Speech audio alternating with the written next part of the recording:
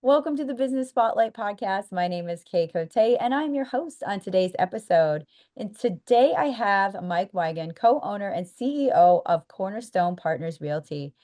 He's going to share about his business, his journey to business ownership, best practices he's learned along the way, and maybe some challenges that he's faced to give you that inside look to what it's like to run and operate a business. If this is your first time on our channel, be sure to like and subscribe when we drop episodes like this. All right. Well, it's nice to meet you, Mike. Thanks so much for being on the show. Yeah, absolutely. I appreciate the invitation. Well, I'd love to learn about your business, but first, I'd love to share a little bit about you. So feel free to share a bit about yourself. Yeah, so we're here in Austin. We've lived in Austin for 32, 33 years now. We've got three kids, my wife and I. We went to school here in Texas and then just moved to Austin after graduation. So we've got three kids. The youngest one just graduated from Texas Tech. And so that was a big day. And he just got his own apartment with some friends. So that's a plus. But we've been here, seeing Austin change over those 30 plus years. But I don't think we would want to live anywhere else.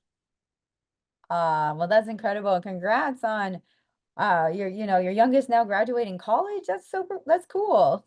Yeah, it certainly makes me understand and feel a little bit older than I probably should.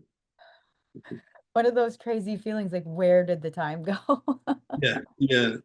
When he moved into his first apartment, yeah, it was that day was a little emotional, but yeah, also a little eye opening. Like, wow, okay, I guess I got to get my act together and grow up a little bit. Oh, I completely get it. Yeah, that's like when my parents dropped me off for into my first apartment and moved me in, and it was the same thing back when I was in my college days. Yeah. Oh, well, excited to dive in and learn about your journey in business as well. So, how did you get started with the business? Was there a big aha moment, or is it something you always wanted to do? Yeah, so I've been in real estate now for 13 years or so, 13, 14 years. My first career was I was a PGA golf professional. So I helped run different courses around the Austin area. It was great, but there's kind of a ceiling to how far you can take that. And at the kind of encouragement of some friends and business associates, they thought that real estate would be a good change for me. We used to joke in the golf business that if you ever get out, you either do insurance or real estate. And I don't think I could do insurance every day. So got into real estate, just started at the bottom like everybody else, and did some training and worked my way up the ranks. Got in with a great company and worked into being one of their top salesmen, and then into being a team lead, and then eventually CEO of that company. And then when it was time, the owner of that company decided he wanted to do something different. And so he approached me and said, "Hey, would you ever be interested in buying me out?" And I kind of laughed. And then a few months later, he came back and said, "No, I'm serious. Would you ever be interested in buying the company?" So I ended up buying out his equity, keeping the partner that he had and that I have and that worked with alongside for a long time. And so he and I now run the company together. So it's been an interesting journey, but it certainly took a lot of work to get to here. Wow. Well, it is such a cool journey, especially how you worked your way up to be the owner of the company. I think that's really incredible. And so, yeah, you must have had like it must have just hit like, wow, real estate just was a good fit. Like, did you know right away, or was it kind of like, I don't know about this Well, real estate thing? yeah, I kind of knew when I first got in that I enjoyed it. And, some people in the Austin area would joke with you that, like, yeah, Austin real estate is a pretty good place to be, which normally it is. I would tell you that this year and probably the last 12 to 18 months has been a little more challenging. Uh, Mhm. but that, there's ups and downs and it comes with the territory. But no, I knew from the moment I got in and started to work alongside people and, started helping folks with, what turns out to be like the biggest financial decision for most folks in their life. And so if I can walk alongside somebody and give them some good info and kind of hold their hand as they make some good decisions, then if we get to the end of the transaction and everybody's happy, then that's usually pretty satisfying for me. Oh, that's super cool. Yeah, yeah, think about homeowners. That is like most people's biggest purchase, or their very substantial purchase in their lives. And looking at your team now, I'd love to learn about your team. How many team members do you have currently? And do you have other agents under that, or are they kind of more of like on their own, or how does your company structure that? Yeah, real estate, a lot of times for a lot of folks, it ends up being kind of an independent world. There's a ton of folks out there who just do this, and it's just them. One of the things, so my world, I came from a sports background all the way through high school and college. So being a part of a team environment was important for me. I think for some folks, being on their own is great. For me, I kind of needed to be around some other high achievers to help kind of nudge me in the right direction, and then also learn from some of the experienced veterans. And Hmm. so we went, our company years ago, we were really trying to grow, and we went from about 40 team members, and that included inside sales and contract to close and field representatives and marketing professionals. And so there was a ton of folks that we had. We learned over time that there was probably a little better way to do it. So now we've only got 6 people in house where Okay. we outsource a lot of the stuff that we used to do in house. We outsource that stuff now, which has saved us on the expense side of the budget. But it's also allowed us to be a little more focused on what we're good at, which is hopefully talking to folks every day. So we definitely made a conscious decision along the way to be more quality over quantity, Mm. both in our team structure and in how we approached our business in terms of like our clients and the type of properties that we try to specialize in. So that word quality over that phrase quality over quantity has really been a big part of my journey and our journey for sure. Oh, I like that. Yeah, I feel that too. And does that kind of lead into, because my next question is about company culture and your team culture. Yeah, can you share a bit about your team culture? Yeah. So, finding the right people, like making that decision to try to be quality over quantity, kind of led us to this point where we really wanted to make sure that the people we were working alongside every day shared the same work ethic and the same values and the same kind of grit that really helps you be successful in this business and probably every business,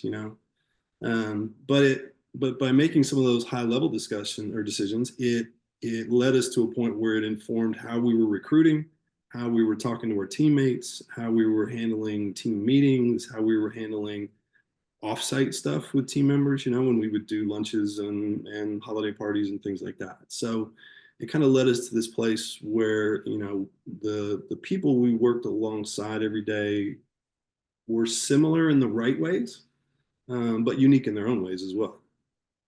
Hmm. I think that's really cool. It's like it shows as you're growing and your company's growing, your team is kind of growing with you. Yeah, I mean, I would assume that's hopefully the case, in any successful business. Hopefully everybody's doing some version of that, right? 100%, yes.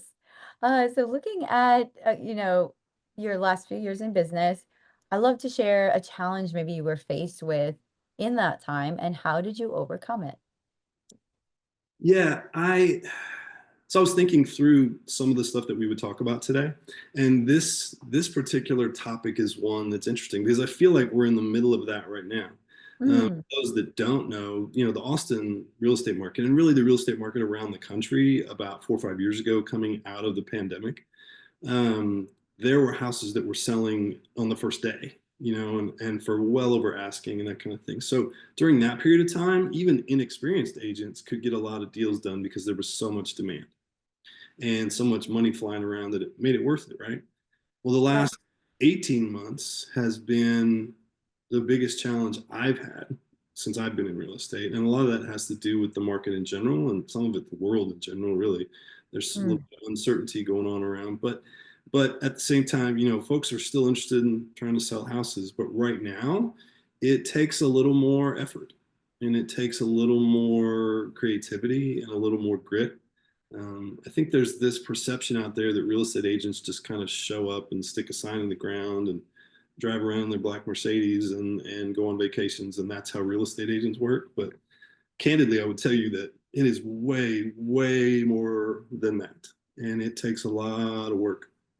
So right now, you ask like, how do we, how are we overcoming it, or how do we overcome it? Mm. I think it's going back to basics a little bit, which sounds cliche, but it really is about kind of getting back to. It's like when you want to get in shape, you got to get back in the gym and start working hard, and that's what a lot of good real estate agents are doing right now.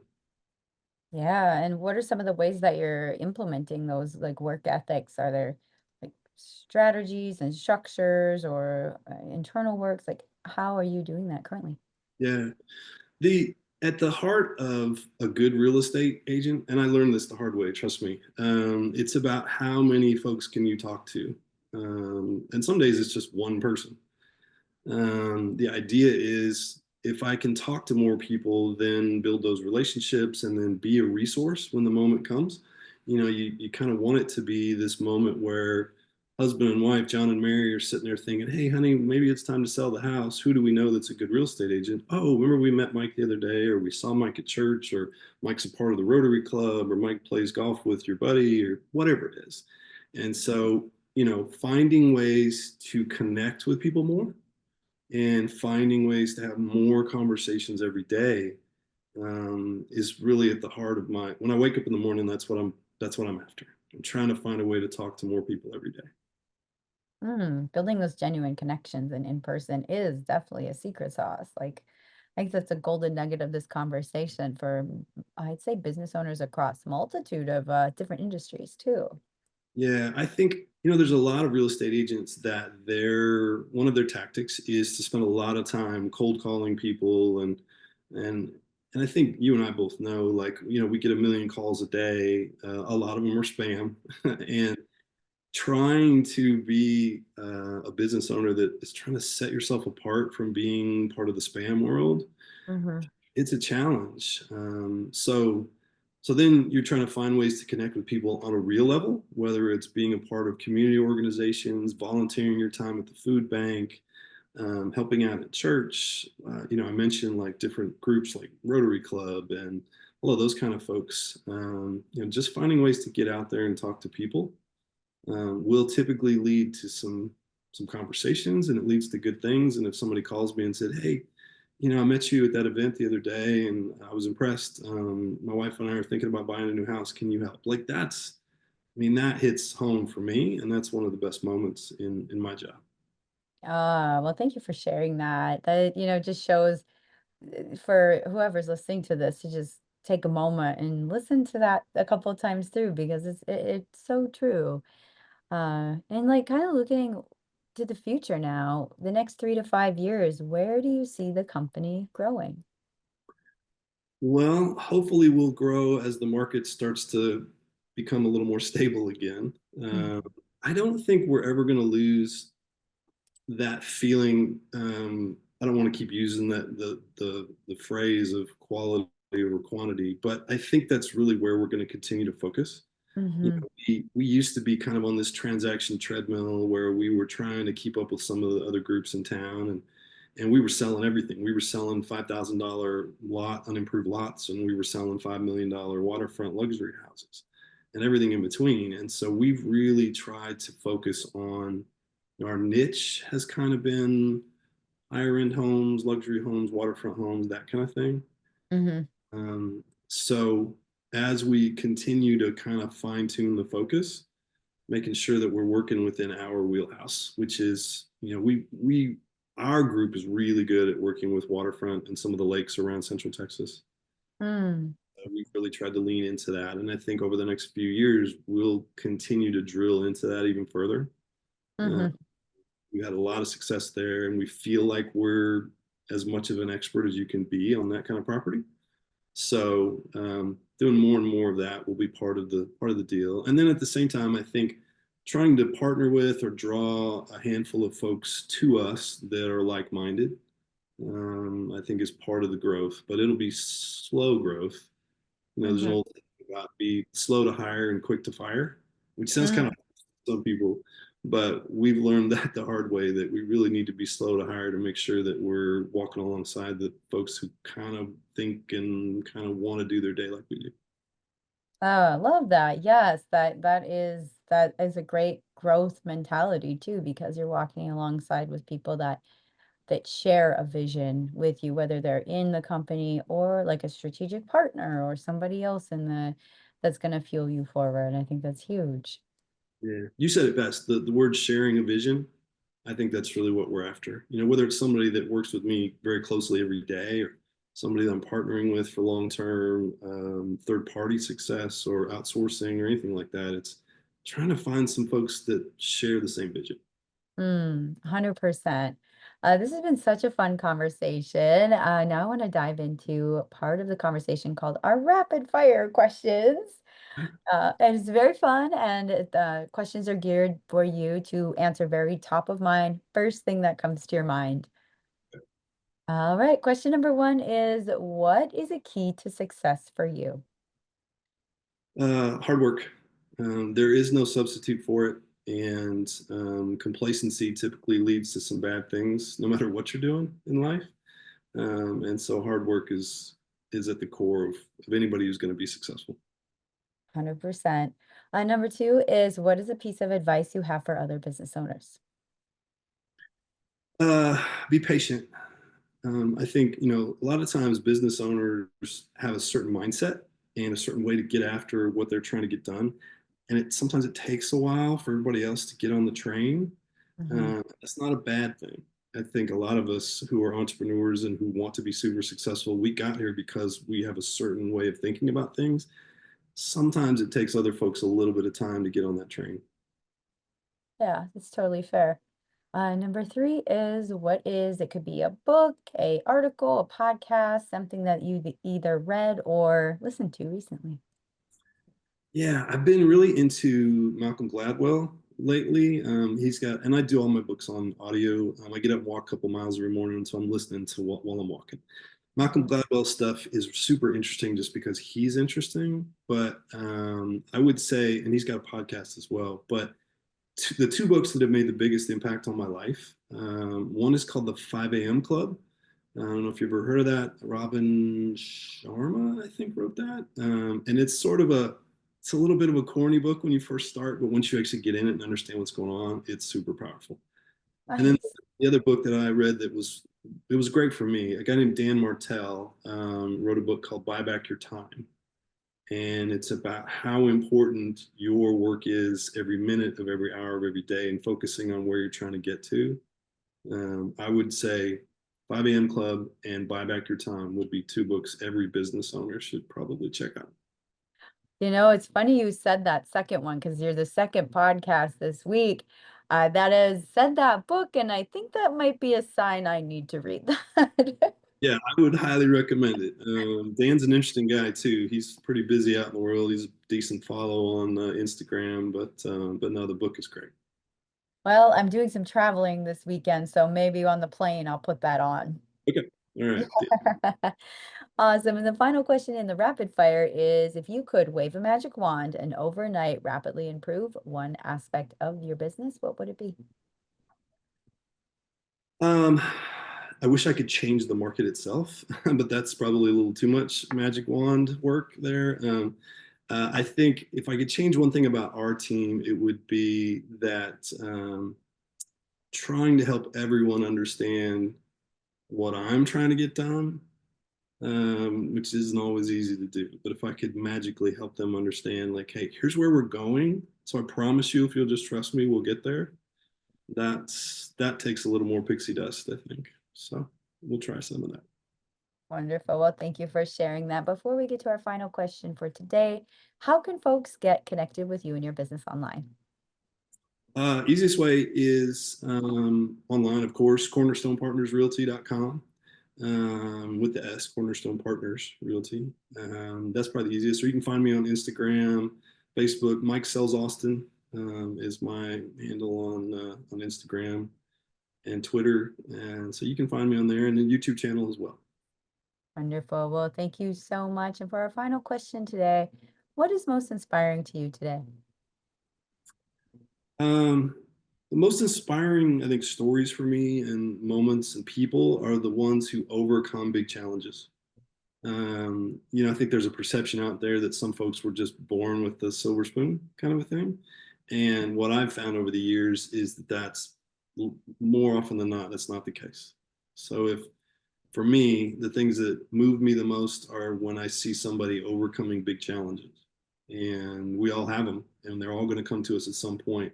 But it's what you do in those moments that moves me the most, and I think is probably one of the most powerful stories out there in the world. That is incredible. And that inspires me. So thank you so much, Mike, for being on the show and sharing your business story.